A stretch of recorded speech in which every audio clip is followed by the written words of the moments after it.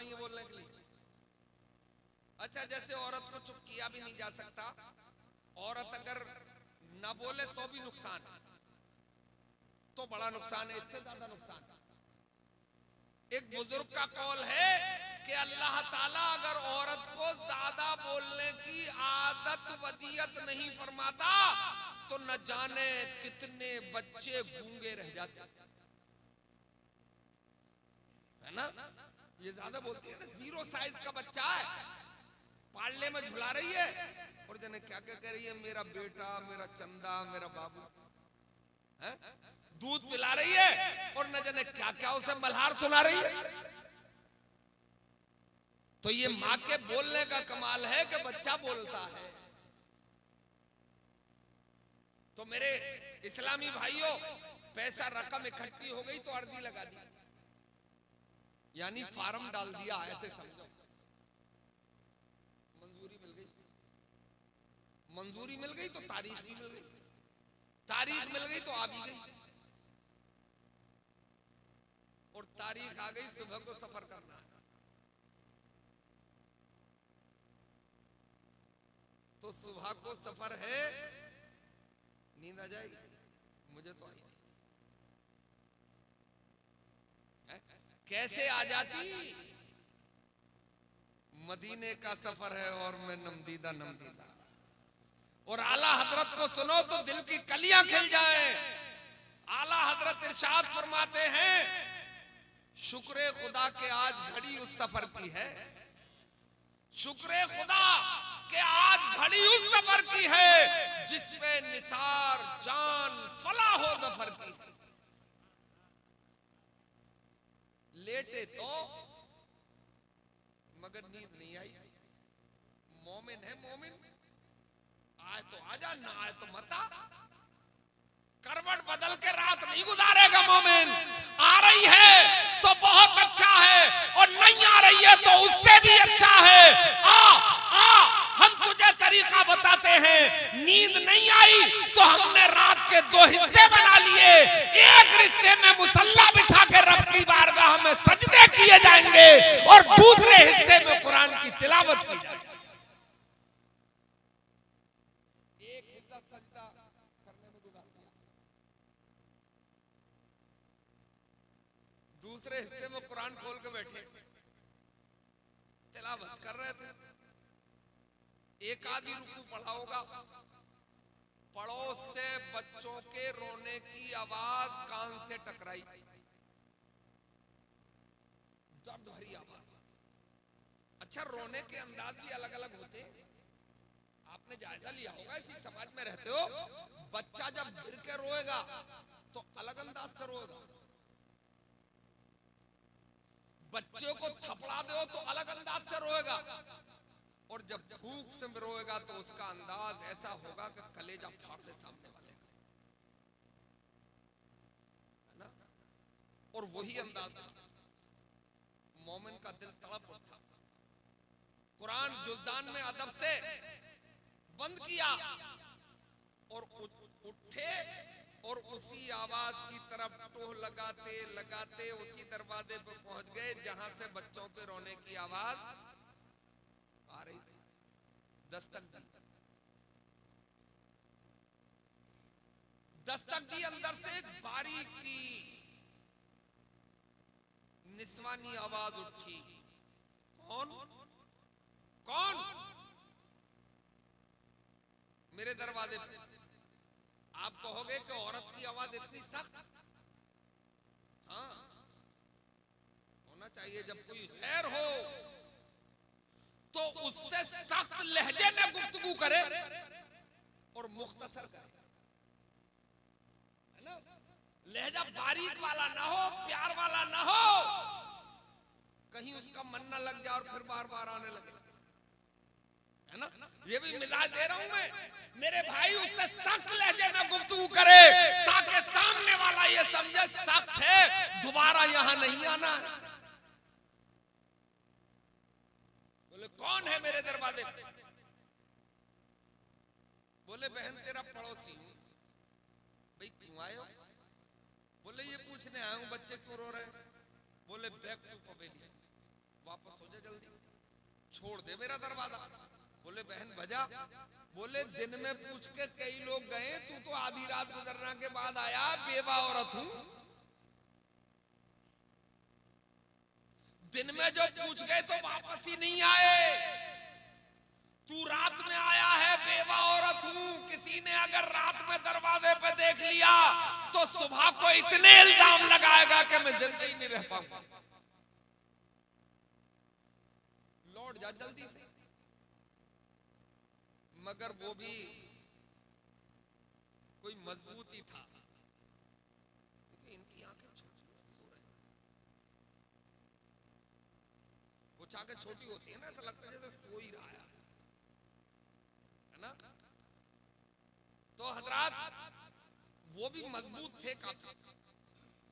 बोले बहन तुझे खुदा और उसके रसूल का वास्ता ये बता दे कि तेरे बच्चे क्यों रह रहे हैं, मेरा कलेजा फटा जा रहा, तू कह रही है वापस हो जा। जब खुदा और रसूल का वास्ता दिया तो वो उठ के आए, चूल्हे पे रखी हुई हांडी भी उठा के लाई, दरवाजे के करीब आके बगैर दरवाजा खोले हांडी हिलाई, कंकरियां थी उसमें, कंकरियों की आवाज बाहर तक पहुंची। बोले बहन ये तो मुझे लग रहा है तेरी हांडी में कंकरियां बोल रही है। बोले कंकरियां ही तो हैं। बोले मैं पूछ रहा हूँ बच्चे क्यों रो रहे हैं, तू मुझे हांडी की कंकरियों की आवाज सुना रही है। बोले यही आपकी बात का जवाब है, बेवा हूं ना, जो मेरे शौहर छोड़ गए थे वो खत्म हो गया है, अब 3 दिन हो गए घर में चूल्हा नहीं जला। मां हूं, बच्चे तड़प रहे हैं भूख से, ये इरादा किया है कि किसी के सामने हाथ नहीं फैलाना है, इसी 4 दीवारी में घुट के अपनी जिंदगी गुजारना। कनीज़े फातिमा न जाने कोई कैसी नजर डाल दो। अब बच्चे मांगते हैं तो उनकी तसल्ली के लिए मैंने चूल्हे पर हांडी रख दी, उसमें कंकरियां रख दी है, तसल्ली दे रही हूं पकेगा तो मिलेगा। भाई कहीं पत्थर भी पकाए जा सकते हैं, तो कहीं कंकरियां भी उबाली जा सकती हैं, मगर ये मां है जिसका कोई अल्टरनेट, जिसका कोई बदल, जिसका कोई सब्स्टिट्यूट न कल था न आज है और न कभी होगा। न जाने कितने नौजवान बीवी के चक्कर में मां से कड़वी बातें बोल जाते हैं, आंखें निकाल के बातें करते हैं, और वो भी बीवी के चक्कर में। वजह क्या होती है? उनको वो तो पराए घर से आई है ना, वो तो चाहेगी मैं हुकूमत करूं, तो वो रास्ते पहली रात से निकालना शुरू करती है ना, और सबक पढ़ाती है। और कुछ दिन बाद जब ताव में फांस लेती है ना लड़के को, तो फिर वो कहती है कि वो खाला ऐसे कह रही थी। अबे खाला क्या मतलब? ये तूने कहां से रिश्ता निकाल लिया? ये खाला क्या मतलब?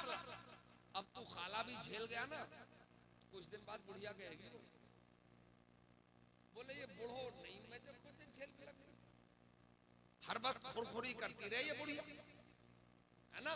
पहले दिन ही तुझे उसे सबक पढ़ा देना चाहिए था कि देख ये सामने जो बैठी है ये मेरी माँ है तो तेरी भी माँ है, इसके चेहरे पर जो तुझे झुर्रियां नजर आ रही हैं, कसम परवरदिगार की इन्हीं झुर्रियों में मुझे जन्नत की बहारें नजर आ रही हैं।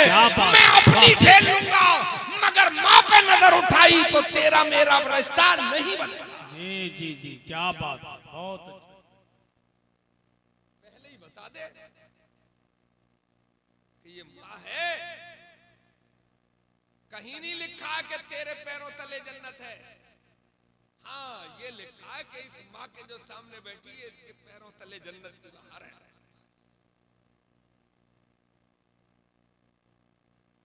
तो माँ का बदल नहीं है, माँ हांडी रखे हुए वो भी कंकरियां डाल के पकेगा तो मिलेगा।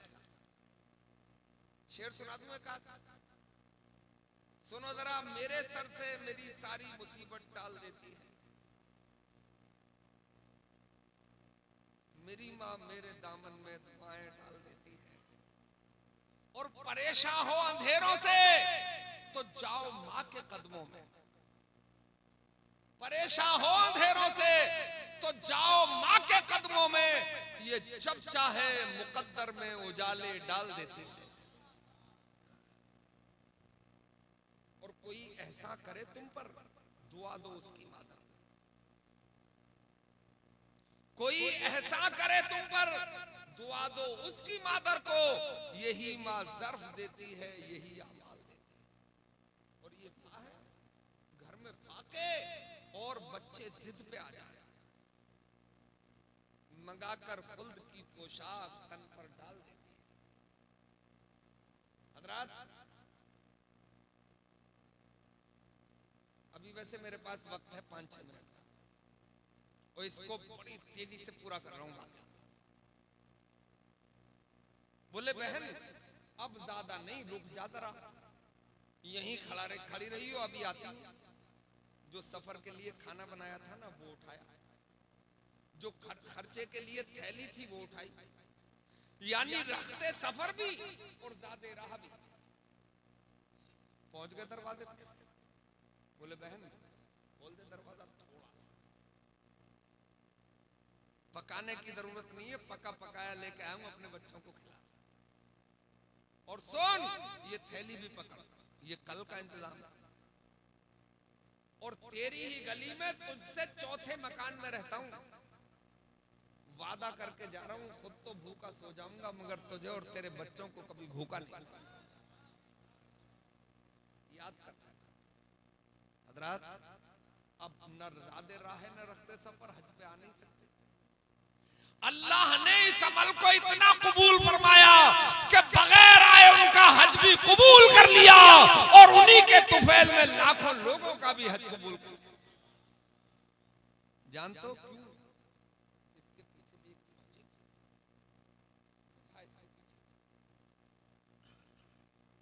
एक अल्लाह का घर वो है जिसे हम खाना काबा कहते हैं, उसे बैतुल्लाह भी कहते हैं।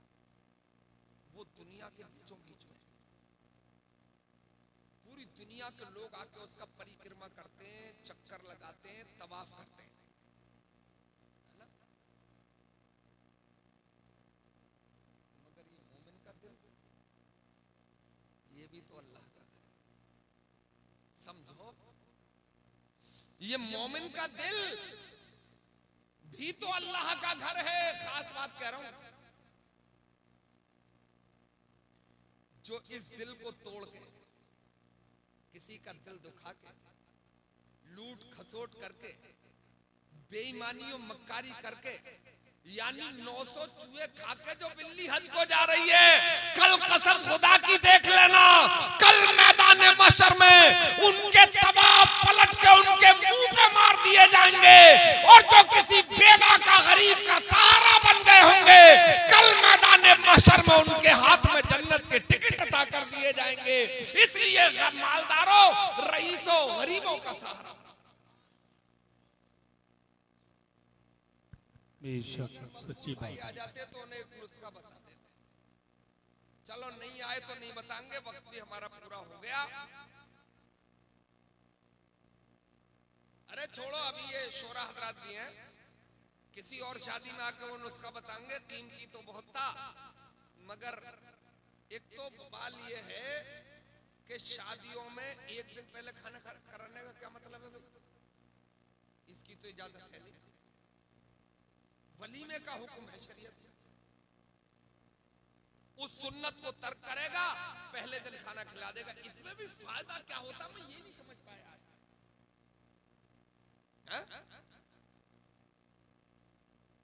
एक दिन पहले नहीं, अब आइंदा अपने लड़कों की शादी जो भैया तुम करो तो वलीमा करोगे, बोलो वादा करो, बोलो इंशाल्लाह। अरे सरकार की सुन्नत पे अमल करेंगे, दुनिया क्या कह रही है इसकी परवाह कब करेंगे? हम तो इस बात की परवाह करेंगे कि मुस्तफा जाने रहमत ने क्या फरमाया, है ना?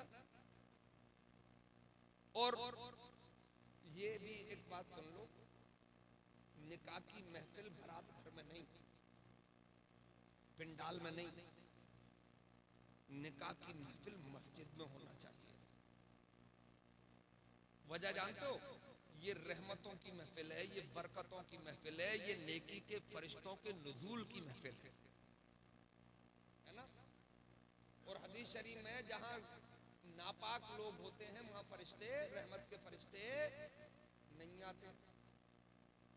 मस्जिद में अगर महफिल सजाओगे तो पहला फायदा तो ये होगा कि बेगुसले सांड नहीं होंगे उसमें, है? सब पाक साफ लोग होंगे और वहां निकाह पढ़ाया जा रहा होगा, इधर निकाह हो रहा होगा, वहां खुदा की रहमत का नुज़ूल होगा।